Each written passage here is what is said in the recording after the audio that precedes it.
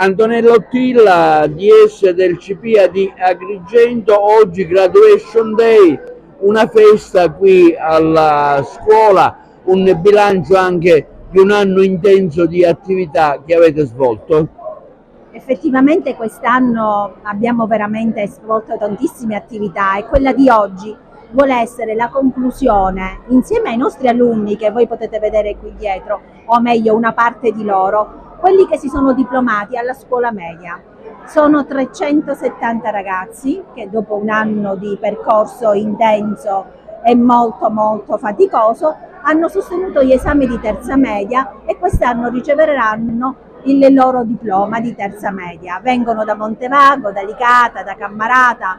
Sono ragazzi che hanno investito un anno in cultura perché per loro è stata la seconda chance, e non parlo soltanto degli immigrati ma anche degli autoctoni che hanno trovato nel CPIA quell'afflato, quella passione, quella voglia di poter mettersi di nuovo in discussione, e sembra veramente la grande festa dopo un anno di grandi progetti che ricordo ancora ci hanno visto anche come menzione speciale alla Questura di Agrigento e anche in un concorso sulla sostenibilità al BIM.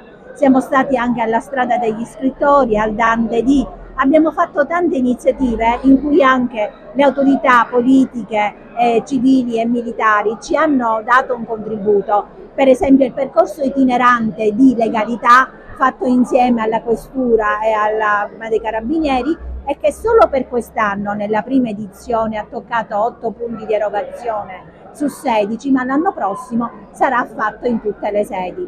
Devo essere sincera, il lavoro di squadra ha moltissimo dato la possibilità di arrivare a questo punto e di avere persone che da domani decideranno anche di frequentare una scuola superiore. Un dato molto in questo momento da accertare, ma almeno 190 ragazzi su 370 siano già iscritti alla scuola superiore.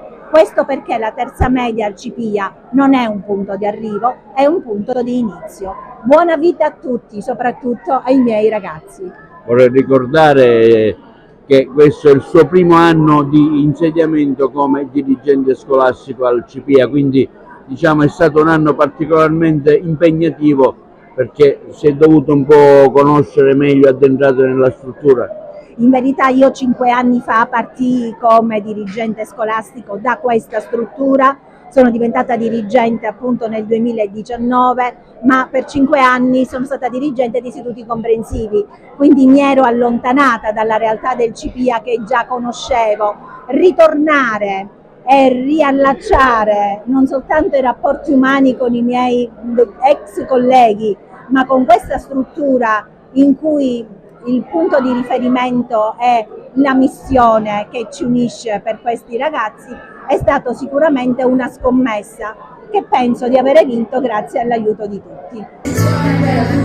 Una scuola speciale con i sogni di tutti, studenti e docenti, mano nella mano, camminiamo insieme e vanno lontano.